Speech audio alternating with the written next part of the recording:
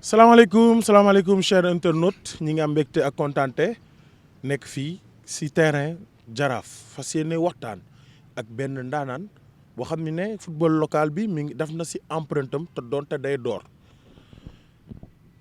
championnat local du joueur yi kese am na ay acteurs yoo xam ne dañ si bay seen waar tey dañoo seet si benn coach bi ñu seet si tey il est titulaire en licence D UEFA A UEFA jaar na fi nga xam ne mooy stade Red Star en 2012 ba août 2015 mu jugee Red Star président Jamil Faye indi ko Sénégal jox ko équipe bi ñu naan Guédiawaye football club mu commencé faa def ay résultats am mu jugee Guédiawaye dem stade de Mbour di fa def résultat ba ñu dénk ko équipe nationale U20 bu Sénégal yóbbu leen finale Coupe d'Afrique U20 yóbbu leen tamit mondial U20 ba jël fa li nga xam ne mooy ba toogee quart de finale contre Corée mu ñëwaat Sénégal jël équipe bi nga xam ne mooy Teungueth FC gannaaw ba mu nekkoon stade de Mbour champion Covid noonu lañ ko mën a tuddee année bi stop mu jël championnat bi dem qualifier équipe bi nga xam ne mooy Teungueth football club en phase de poule Ligue des champions africaine vous l'avez sans doute deviné coach Youssoupha Dabo mooy sunu invité tey coach maa ngi lay nuyu. maa ngi lay fay Papa Mar. mais coach kon dégg nga wolof.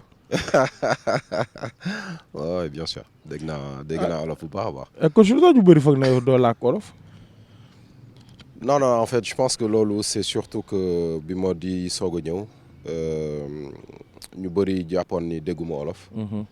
mais bon Sénégal laa juddoo déjà fii laa màggee aussi.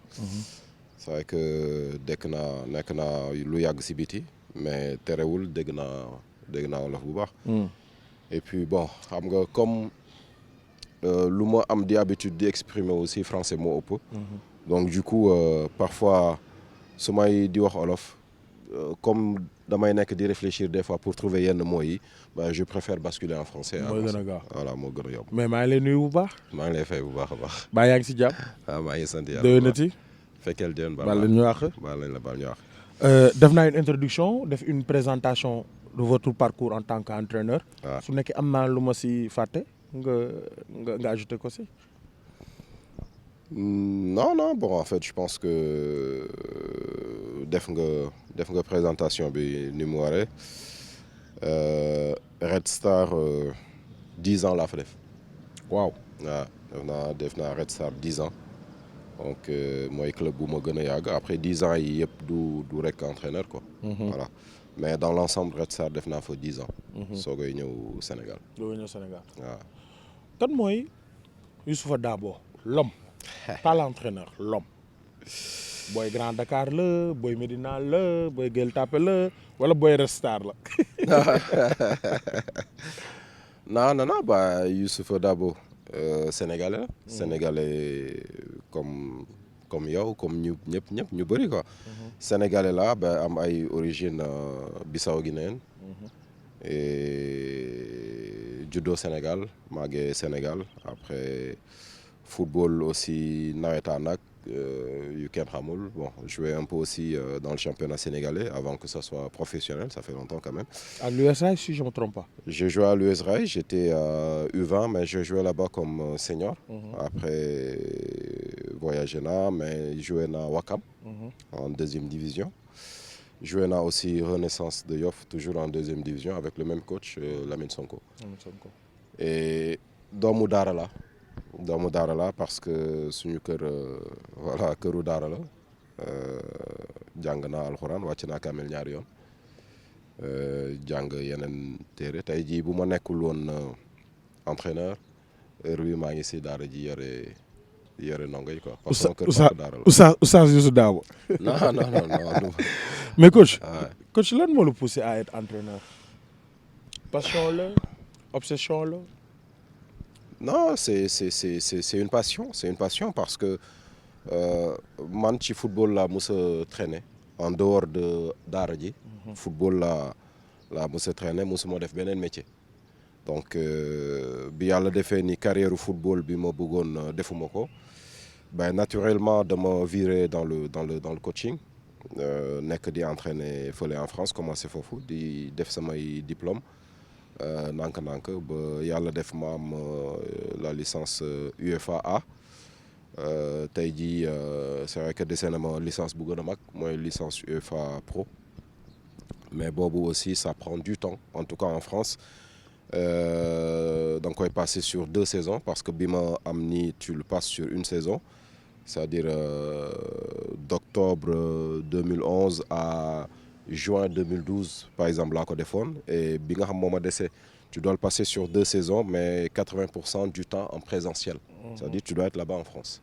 Clairefontaine et pour le moment j'ai pas loolu du ma ko bëggee def il faut que ma obligé arrêter jël peut-être 2 ans yoo xam du ma entraîner Sénégal du ma entraîner fenn xëy na France laay dem entraîner foofu jël foofu peut-être benn club bu amateur mën a passer wàlle samay diplôme mais loolu bon je pense que pareeguma pour def ko parce que pour le moment je suis bien ici je travaille j'apprends aussi je me forme dans le tas après diplôme c'est bien parce que dafay permettre peut-être nga am yenn opportunités yi mais pour man ça ne valide pas les compétences voilà donc loolu moo indi tey peut-être ma nekk entraîneur après ba toll fi ma toll daal.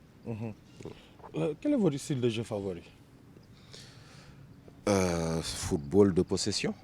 Aujourd'hui man j'aime avoir le ballon équipe bu ma amee et nekk équipe bu j'aime aussi am football bu agressif que ce soit avec le ballon ou sans le ballon parce que loolu mooy dundal match pour man pour man pour mu am benn cafka bi et il faut que mu am cette intensité avec et sans le ballon.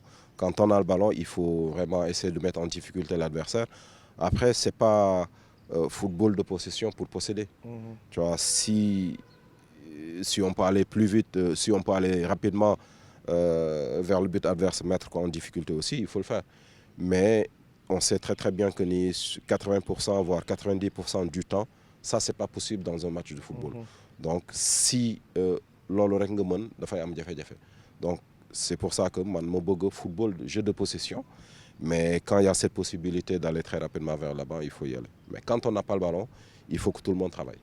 nan nga def ba baab kon waa gàlle bi waa kër ga ñu bàyyi la nga suivre le métier d'entraîneur du moment où ko ni ñoom li ñu bëggul woon mooy nga bañ a nekk ci football bi parce que su ma dégg nga wax ñoom bëgguñu woon nga nekk ci football bi mais nga nekk ci daara ji. waaw loolu sama papa la woon. sama papa moo bëggul woon parce que bon famille talibé lañu. donc ñëpp de maam ba léegi ñëpp ay talibé lañu. du coup loolu la bëggoon aussi man ma nekk ci sama mag yeeg sama rakk yi ci loolu la ñu nekk. man maa si am dëgër bopp ba nekk fii tey. maanaam man baab bi noo ko defee quoi noo def ba convaincre leen. non ben man de nature je pense que dama nekk nit ku dëgër bopp bu ma buggee benn affaire dafay metti mais loolu laay defi ji. et je pense que tey jii loolu moo ma indi fii parce que li ma football yëpp sama papa d'accordul.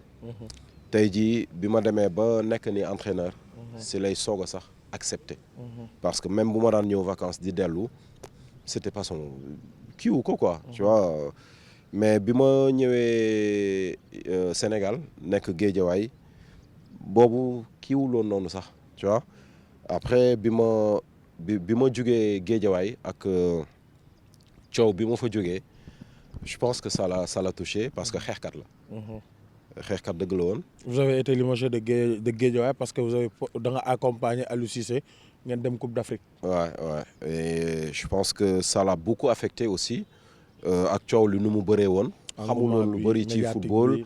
mais je reste son enfant je reste son fils. et je sais que j'étais son préféré malgré que nekkuma woon ci yoon bi mu bëgg. et ça l'a révolté. je pense que de là-bas voilà il s'est dit je prends les choses en main bon.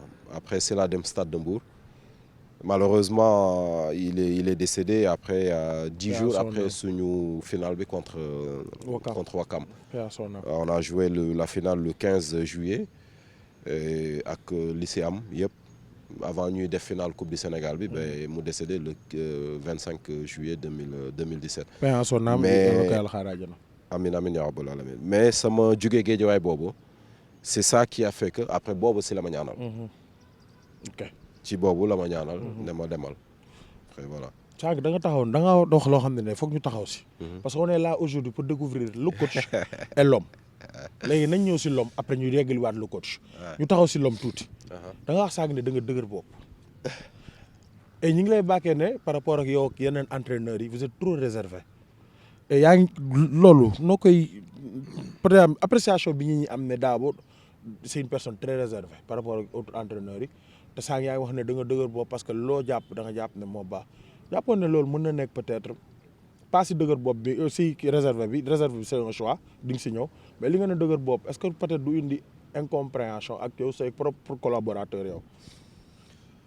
non samay collaborateurs ils me connaissent très bien et dëgër bopp boobu aussi ça c'est moi je peux pas le changer je suis comme ça donc c'est pas que damay jéem a changer pour neex nit wala quoi que ce soit parce que si j'essaie de changer je serai pas moi-même je préfère rester comme je suis avec mes qualités et mes défauts toujours en essayant de m'améliorer parce que je ne suis pas parfait et je ne le serai jamais mais il faut toujours que ma essayer di améliorer sama bopp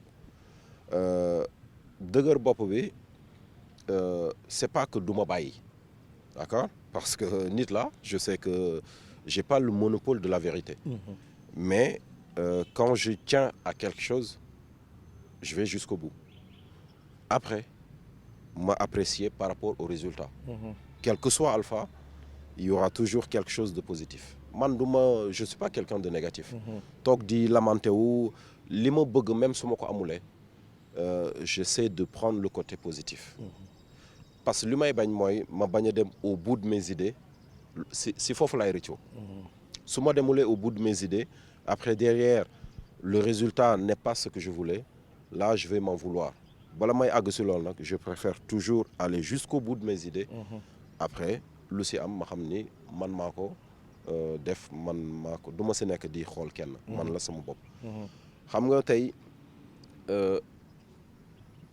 dans ce milieu du football beaucoup de gens ne me connaissent pas c'est normal parce que du ma nekk kuy dem fépp voilà loolu dafa nekk sama melokaan depuis xale yaru daara laa amee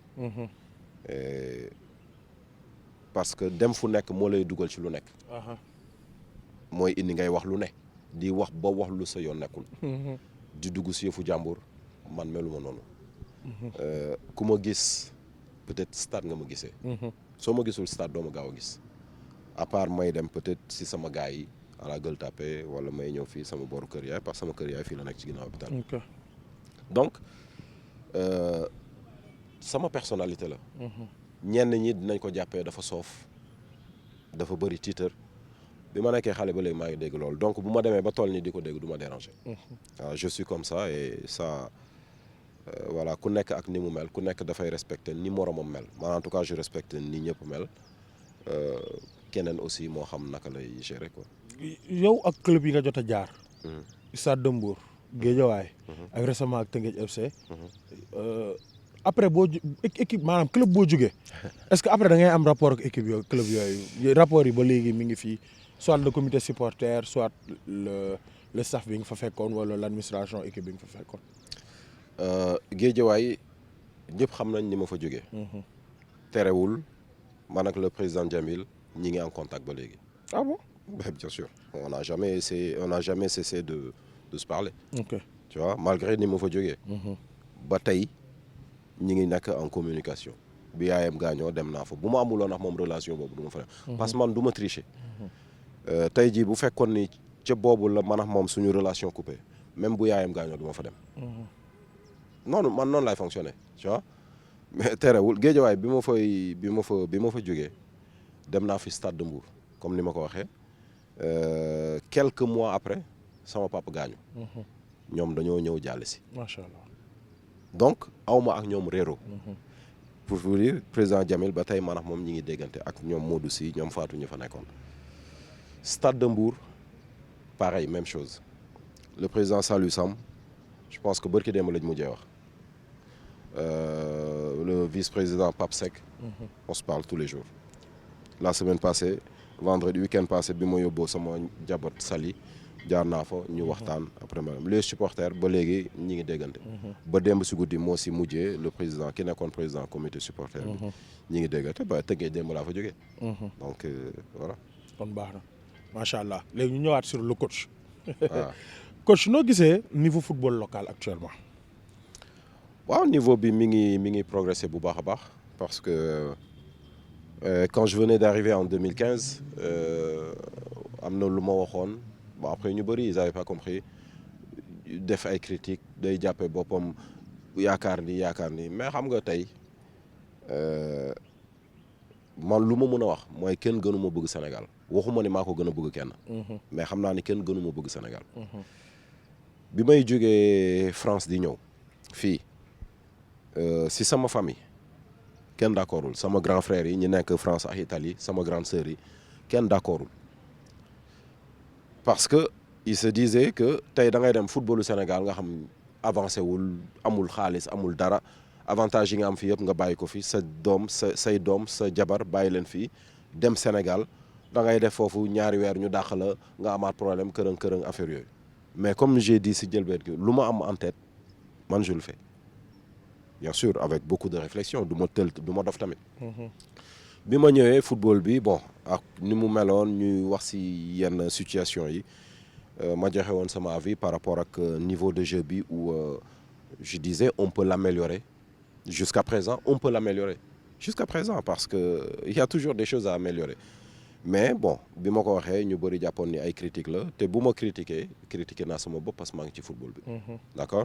c'est pas que dama seppi sama bopp di wax football bi yooyu damay wax pour lu ñu jëmale kanam football bi tey football bi niveau bi mi ngi avancé mais dafa am aspect yoo xamante ni dañ ko war a gën a corriger comme yan raytan bi ñuy def c'est quelque chose tey jii ba nga xam pour man c'est pas dans l'esprit du jeu c'est-à-dire duñ football 90 minutes plein non duñ football 90 minutes loolu moom ñëpp dañ koy wax sama propre staff laa la wax.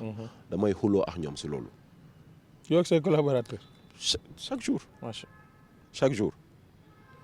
xam nga souvent góol yi. ñoom la ñuy faral di wax ñu tëdd. bu seen camp xawee tàng tuuti rek. kenn si banc bi siffler pour nga tëdd. Kaana moom laa musa nekkal comme préparateur gardien. à part bi ma demee Mbour bu ma nekkee woon ak keneen.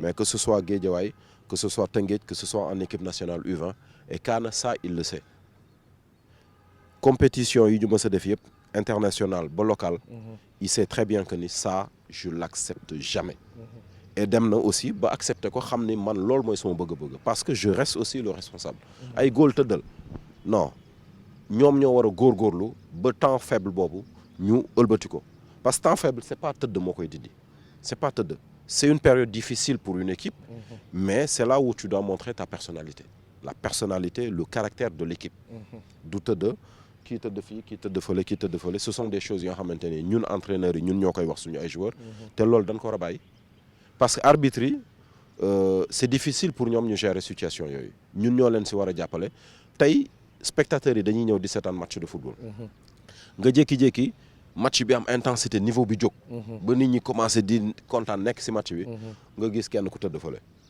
rythme bi wàccaat loolu ñun ñoo koy def et loolu jëmalewul suñu football kanam tey boo jógee fii nga dem au niveau africain nga bëgg a def loolu ça ne passe pas duñ la ko sax bàyyi dañ lay jox carton bah voilà léegi lu tax ñun duñu préparer suñu équipe yi qu'on gagne qu'on perde parce que tu vas pas gagner tous les matchs tu ne vas pas perdre tous les matchs mais au moins tu vas jouer avec tes valeurs et le fait que ngay tricher c'est pas dans l'esprit du jeu man loolu laa gëm après suba man sama joueur bu tëddee dama si xuloog sama gars parce que des fois je sais que sama ñoom ñoo koy joxe consigne boobu pour ñu tëdd mais à chaque fois léegi sama joueur yi xam nañ loolu si man boo xoolee waxuma ne duñ ko def de mais boo xoolee bu ñu defee 26 matchs peut-être sur 1-2 matchs lañ koy def parce que ils savent très bien que ni ku ko si def boo ñëwee jour ou reprise non si sa kanamu moroom mi laa lay wax li ngay def nii du yëfu góor dama la koy wax nga dégg ko léegi boo bañee ma waxaat la loolu beneen yoon doo ko def c'est comme ça que ça se passe c'est comme ça que ça se passe waaw aspect boobu daal nga gis ne jàpp na moom lañ ko war a changer amul beneen aspect boo gis ne mën nañ ko changer par exemple le niveau des arbitres waaw non xam nga lépp c'est un ensemble. lépp c'est un ensemble tey jii nii bu fekkee ni on arrive à jouer pleinement les 90 minutes. Je pense que le niveau aussi des arbitres dina yéeg. Bien sûr il y a toujours ñun nu ñuy demander à ce que ñu améliorer wu ñun en tant qu'entraîneur dans le comportement dans tout arbitre aussi ñoom il faut que ñu améliorer parce que des fois xam nga ñun ñëpp ay acteurs lañu. ñun ñëpp kenn mënul dem sans sa morom. amul ku gën a important moromam. que ce soit l'arbitre que ce soit l'entraîneur que ce soit les joueurs. Excusez-moi des fois li difficile avec les arbitres c'est le dialogue. Parce que ils sont un peu réticents. Pas ñëpp am na si ñoo xamante ni voilà c'est des gars très très ouverts d'esprit yoo xamante ni ils sont capables de gérer le match banc bi lu mu tàng dañuy ñëw calmer échanger da ngay dem ba rus. yow yaay jéem a sax calmer say gars. mais am na si ñoo xamante ni dès l'instant que nga jug wax rek dañuy juge fële daw ñëw des fois utiliser ton yoo xamante ni mais kilifa nga kilifa la tey jii. Même sa doom am na noo xamante ni doo waxee ak moom noonu waxuma la ak un responsable comme toi. D'accord loolu mooy indi des fois yenn échange yu nga xamante ni warul mun a am. Parce que on peut pas être d'accord tout le temps. On peut pas être d'accord tout le temps ci décisions yi arbitre yi di jël. Tout comme nous aussi les décisions qu'on prend en tant qu'entraîneur. Ben on s'attend pas à ce que tout le monde soit d'accord. Mais c'est dans l'échange que des fois la ñuy trouver. Voilà la solution et puis avancer. Donc arbitrer des fois c'est une façon de s'adresser aux gens que ce soit les joueurs que ce soit les coachs voilà mun nañ ko gën a améliorer. Est-ce que jàpp nga ne Sénégal dinañ am benn équipe bés jot ñu am benn équipe locale boo xam ne dina àgg niveau Al Ahli bu Égypte wala Wydad bu Casablanca ci infrastructure ci affluence ak qualité joueur. Rien n'est impossible dans la vie. Il faut se donner les moyens, mais ça reste un challenge très difficile. Tout simplement parce qu'on n'a pas les mêmes moyens. Si aujourd'hui on avait les mêmes moyens, ou en tout cas moyens yu jege niveau boobu, je pense qu'on aurait peut-être aspiré à avoir meilleur que lu ñuy wax nii parce que xam nga ñun amuñu problème mu talent amuñu problème mu compétence. Pas tout le temps. Et parfois, il y a des problèmes de compétences, mais pas tout le temps.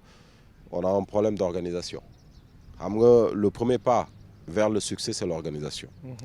Dans l'organisation, tu peux improviser. Dans la désorganisation, tu ne peux pas improviser. Parce qu'il n'y a rien de prévu. Donc, si on s'organise, on peut aspirer à avoir mieux. Et s'organiser, c'est aussi trouver des moyens. Des moyens humains, des moyens financiers pour mettre en place les projets yi nga xamante ni les idées yi nga xam moom la nit ñi amee.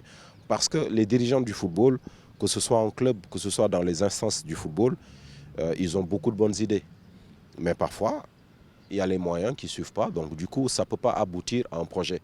Projet, ça part d'une idée. Idée bi ngay jël, mettre en place, ñu siy liggéey mu nekk un projet. Mais tant que ça reste à l'état d'idée, ce n'est pas un projet. Et dans les têtes, il y a beaucoup d'idées, mais il n'y a pas les moyens forcément pour que nous puissions transformer en projet.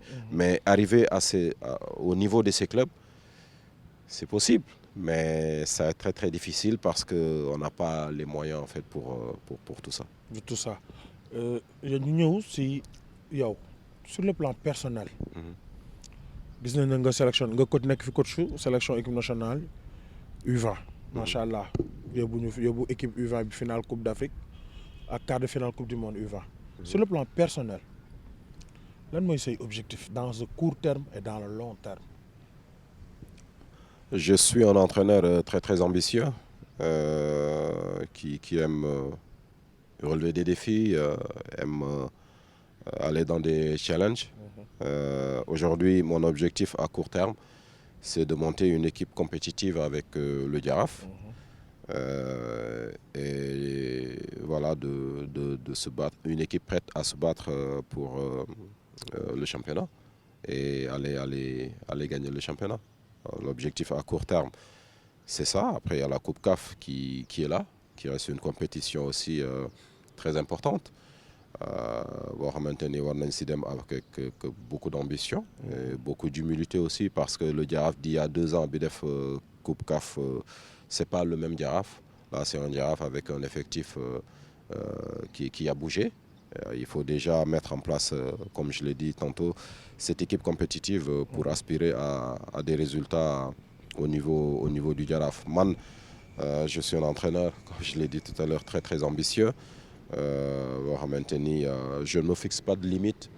Aujourd'hui, voilà, j'aspire à devenir dans le futur un entraîneur de la sélection sénégalaise. La sélection de l'équipe nationale sénégalaise. Ouais, dans le futur, ça fait partie de mes ambitions.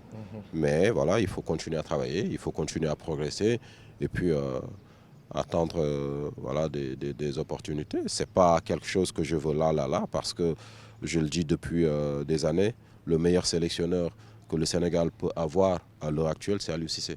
C'est Aliou Cissé. Et vous le dites, et quand vous le disiez, ça ne datait pas même d'aujourd'hui. Ça ne datait pas d'aujourd'hui parce Voilà, ça, que tout simplement, c'est quelqu'un qui progresse.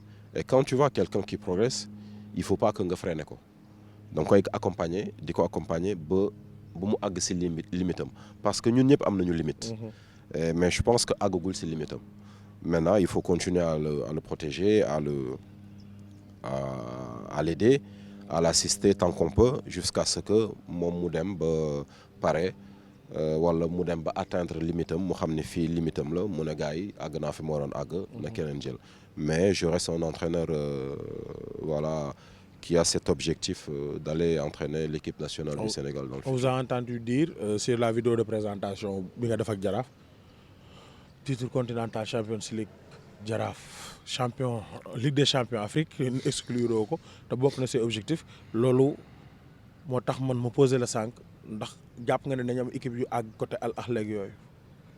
Non bi may wax ci vidéo de présentation bi j'ai pas dit que objectif la il faut que ça soit clair dama ni le Jaraaf gagné na championnat gagné na coupe du Sénégal coupe de la Ligue la gagné gul te je crois que coupe de la Ligue bon gëj na fay am donc ñun tey bu ñu gagné championnat lu Jaraaf gagné woon la ba pare bu ñu gagné coupe du Sénégal lu Jaraaf gagné woon la ba noppi lenn lañ fi mën a gagné loo xam Jaraaf gagné gu ko mooy coupe d'Afrique. Ok. loolu laa wax te xam nga man sama gëm-gëm la. jommalew ma sama bopp dara. su may def dara di si am xel ñaar ne mënuma ko am du ma si dugg parce que dama dëgër bopp. dama koy waxaat dama dëgër bopp du ma si dugg voilà lu ma dugg dama ko si am gëm-gëm su ma si amul gëm-gëm du ma ko def loolu moom du ma yabee ma sama bopp noonu. parce que je me respecte.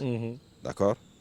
jox naa sama bopp gëdd yabuma sama bopp ñàkkuma fayda donc du ma nangu ku ma ñàkkal fayda ba di dugg si loo xam gëwuma ko tey nga wax ma ndax mun nañu gagner nu mu tuddati Ligue des champions c'est possible parce que ñi koy gagner wàccuñu si kaw asamaan si ci ay kër la ñu génnee ñëw ci terrain bi ñun si ay kër lañ génnee dem dugg si biir terrain bi donc amul loo xamante ni tey jii war nañ ko xool di ko jommale suñu bopp par rapport ak ñooñu bi ñuy dem di jouer ji nu mu tuddati Maroc di éliminer di Raja mais loolu laa wax samay joueurs yooyu ñuy dajal bu ñu demee bu yeboo sax ñu wàcc ci ay oto garé parking xaw ma lan ak lan ñun ñu wàcc ci bus oto yi ci biti la yem bus bi ci biti la yem yéen ñi di dugg ci biir terrain bi ci ay kër ngeen jógee ñoom ci ay kër lañ jógee même bu dee oto moo leen indi moyens yooyu ñu indi ñu utiliser loolu dugul ci biir terrain bi xam nga lan moo fay dugg yéen ak seen bopp seeni loxo li ngeen am moom la ñu am li si des nag fulla ak fayda la ko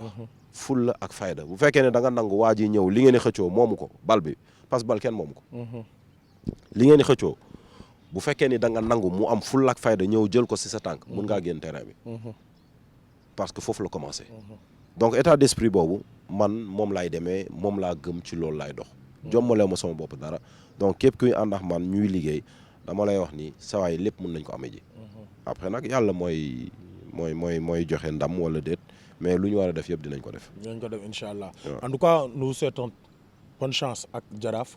merci beaucoup challenge bi mi ngi lay xaar mais teel ngaa wax li nga xam ne mooy li nga ko wax da nga ko wax en toute humilité amul leen loo mën a apporter Jaraaf lu dul jël le titre continental donc wax ji leer na parce que loolu dafa xawoon na indi benn confusion si ñu bëri xaw ma ndax peut-être xam nga loolu waaw ndax yi nga loolu waaw déet mais en tout cas.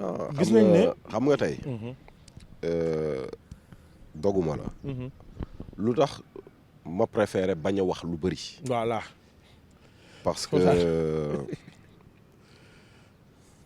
nit yi dañ lay dëkkal foo dëkkul. waaw les dégg wolof de. waaw xam nga loolu mooy jafe-jafe bi. des fois ay journalistes dañ may di contacter pour que ñu def entretien. ma repousser ko ils comprennent pas. parce que tout simplement wax yombul mais dégg-dégg moo gën a metti.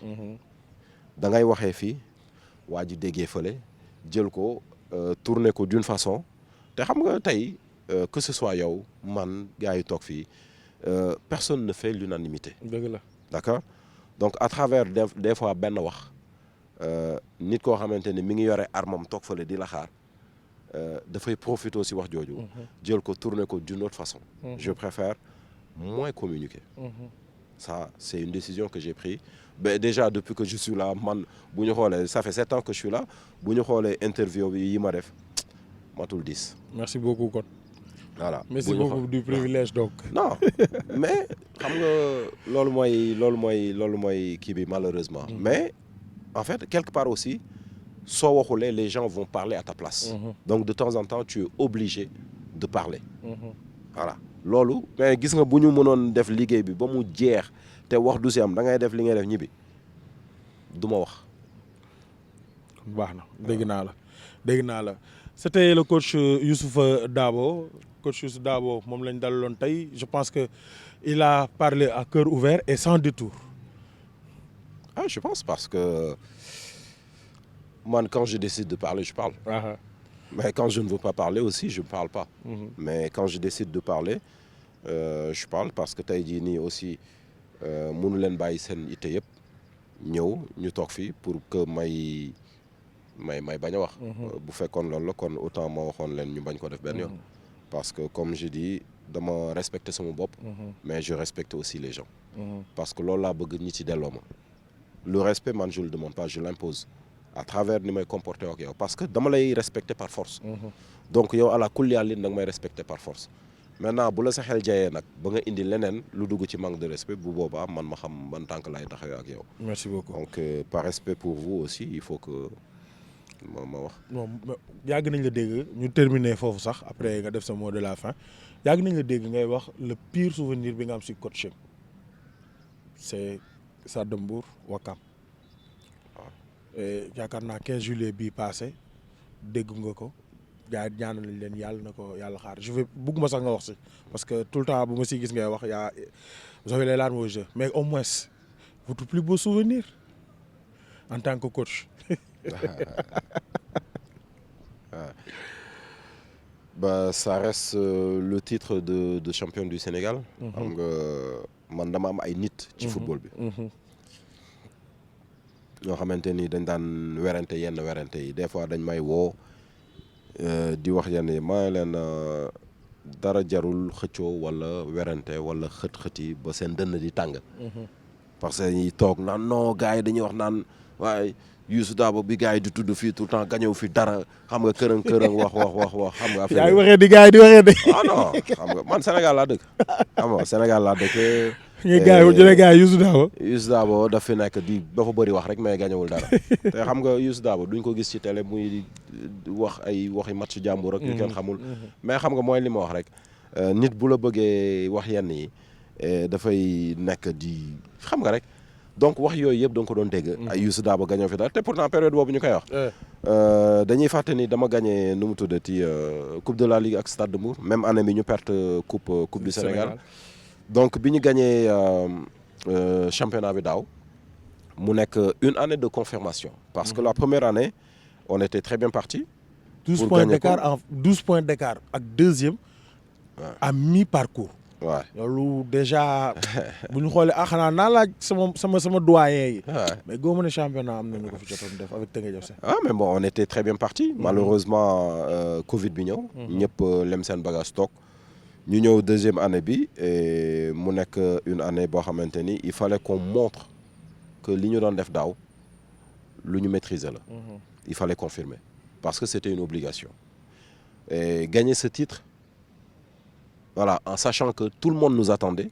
Parce que le fait que ñu amoon 12 points d'écart année bi ngay ñëw gars yi dañ lay xaar dañ naan ñii départ bi ñu fi amoon daaw non duñu leen ko may donc tout le monde t'attendait et malgré ça ñu ñëw gagné et sama waa ji nga xam moo ma daan faral di woo di ma wax naan ma gars yi di wax gagné mu ne ma xanaa dinañ noppi ma ne ko non non duñ noppi mu ne ma lu tax ma ne ko parce que ñii wax dañuy wax kenn mënu leen tere wax. voilà ma ne ko ñiy wax. dañuy wax kenn mënu leen tere wax tey jii ma ne la bu ñu demoon dem gagné Champions League indi ko fii sax dina am ba tey ñu taxaw ne gagné wu fa dara wala def fi dara parce que loolu yàlla may ko kenn si àdduna. unanimité yàlla subhanahu wa taala bi ñu sàkk. il fait pas l'unanimité parce que am na ñu ko gëmul. léegi tey ñun doomu aadama ñu bëgg a daw ci ginnaaw unanimité man en tout cas daw ma ci ginnaaw unanimité li ma amal solo mooy ñi ma xam ak ñi may liggéeyal. ñu xam àq bi may def ci liggéey bi. loolu rek moo ma amal njëriñ. en tout cas vous avez un fort mindset te yaakaar naa yéen ñii seetaan interview di nga xam ne le coach Youssou Dabo état d'esprit mindset bi moo baax te lu yëpp ça c'est à cause de l'éducation bi nga am mu yaru daara donc mindset bi fort na mental bi fort na coach merci beaucoup dama war accorder cette interview moo bàyyi la nga def mot de la fin en wolof mot de la fin ak remerciement yi en wolof ñooy remercier peut-être am na ñoo bëgg a remercier yu la yàgg supporter yu la yàgg bëgg ngay am dara mu sort parce que boo xoolee avec le rétroviseur am nga benn sentiment de fierté bien vrai que bëggoon nga paa bi fekkee premier titre bi ak Teungueth FC. bien sûr bon après sama premier titre au Sénégal. au Sénégal malheureusement mooy kiiwu Wakam bi contre Stade de Mbour coupe de la Ligue bi boobu fekkee na ko bon li si am yëpp xam na fekkee na ko bon voilà mi ngi noonu et tey bon c'est vrai que j'aurais bien aimé que samay waajur fekkee li muy sama yaay muy sama papa. mais yàlla noonu la ko tuddee xëy na bu ñu fi nekkoon sax xëy na du ma agsi fii. yàlla moom mooy def lu mu def rek baax na lu mu def tamit noonu la. et di remercier sama famille dans sa globalité samay mag. et du ñu nelaw du ñu chaque jour ñoom ñu ngi ci pression bu compétition yi commencé sama rakk yi ma am. sama soxna samay doom aussi à chaque fois que ñuy di jouer. ñoom ñi ngi ci kanamu télé bi di xool match yi buy daw ci YouTube bi dès que mu dugg ci papa kërën tu vois. donc je sais que ñi ngi ci stress bu metti des fois di leen remercier di leen baalu àq parce que c'est pas évident. samay xarit aussi samay xaritu benn bakken yoo xam depuis xale. man ak ñoom ñooy ànd ci Gueule Tapée sama dëkkandoo yi fii Amitié 2 maa ngi leen di remercier ñi may liggéeyandool depuis 2017. sama staff tout mon staff parce que man j'ai un staff boo xam moom laa amee depuis boobu bi ma déplacé wu Tëngéej ñoom laa àndal bi may ñëw Jaraaf ñoom laa àndal et je sais que je suis quelqu'un parfois de très difficile dans le travail parce que du ma maye dara malgré tout ça ay kilifa lañu yore seen i jabar ak seen i doom mais dama leen ni parfois dama leen ni dal seen kaw quoi. nga dëgër bopp. waaw non ouais, mais bon parfois c'est non faut être qui aime bien châtie bien. Voilà, c'est dans le travail quand il y a des manquements et je laisse pas passer pourtant voilà ay kilifa lañ comme man mais samay xarit lañu d'abord loolu moo tax affaire bi yomb et il y a 2 personnes ñooñu du ma tudd seen tur ñu may liggéey mais il y a 2 personnes tey yoo xamante ni ñoom rek laay tudd seen tur Bu Sport ak Babacar Boy ñi si des man ak ñoom xamante nañ man ma xam nañu mais ñaari nit yooyu lu tax may tudd seen tur. Bu Sport ak Babacar Boy. ak Babacar Boy parce que nit ñi yenoo affaire bi dafa metti ñoom la affaire bi di gën a metti yenn wax yi si man ñoom lay gën a sonal que man mi nga xam man maay ndeyu mbir gi man maay obligé di leen defal non loolu garaawul non lii non lale tu vois ay nit la ñoo xamante ni dañ may taxaw fu nekk jot bi ñu am sax diñu ma taxaw samay mag ak yooyu parce que ñoom ku si nekk yaa ngi say mbiru bopp tu vois. donc ñaar ñooñu il faut que ma lim leen et di leen remercier bu baax surtout di leen ñaanal aussi parce que ay ndaw lañu comme man ku si nekk ci wàll bi nga xamante ni moom nga féete yàlla defal la si babul xayri ubbil la si ay wërsëg yu yaatu ba nga ko mun a muurloo ko si muurloo ko sa njaboot aussi bon muy yow ak ñi nga àndal aussi par rapport ak liggéey bi ngeen di def nekk aussi ay ndaw. merci. et yàlla na leen si yàlla taxaw. amiin amiin defal leen si sutura biir ak biti. yéen a xam lu ngeen si bëgg ak yéen bi ngeen si am yàlla na leen ko yàlla defal mu doon li gën si yéen. et Sénégal bon yàlla wàcce fi jàmm. amiin parce que jàmm si la lépp xaj. amiin xam nga tey bu ñu toogee fii di wax am na dëkk yoo xamante ni amuñu possibilité bi. dëgg la parce que tell ji bëri na. ña ngay rayante. tey bu ñu amee possibilité def lii parce que jàmm la. jàmm si la lépp xaj donc jàmm jooju yàlla nañu ko yàlla tasaaral ci Sénégal bi yëpp ñu bokk ko quoi. amiin te le coach Youssou Dabo à cœur ouvert et sans détour je vous donne rendez-vous prochain numéro ñu dem xool ji beneen coach bu ñu xam ne on va parler avec lui et waxtaan nag moom gën ko tamit laaj li nga xam ne mooy actualité merci beaucoup et je vous donne rendez-vous prochain numéro.